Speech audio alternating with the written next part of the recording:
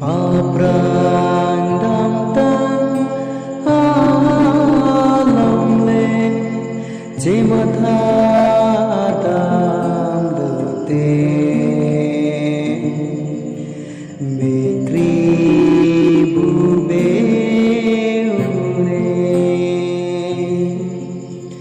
ranam jisu long le akune sing kan sama ve ninduk ningoy kan ke jang re ne pirthe ke doke singarong si ne awe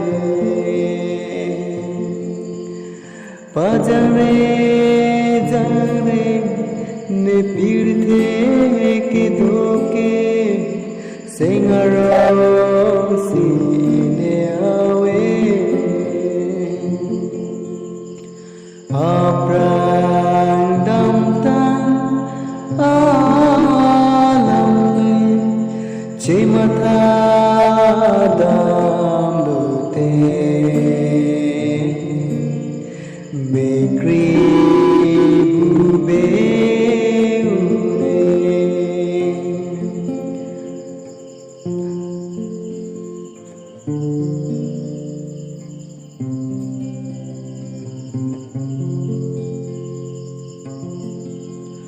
ranam jisu pan ke de ngari ben singkan sam ne chipu the ranam jisu pan ke kroyer ni ben ake jo ke long ne chipu the long lo leke jo galoti ranam jisu bense long lo leke jo galoti ranam jisu bense aprang dam tam alam le chimata dam te mikri bube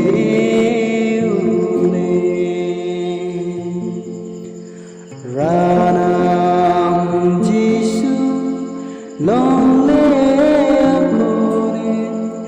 sing kan sama ve ninduk ngoy kai ke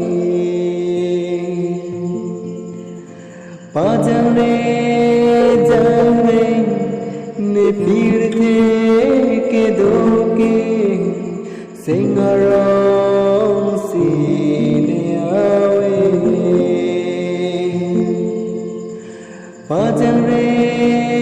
jang re ne pirthe ke doke singarong si ne awe aprang dam tam alam le chimata dam te mikri bube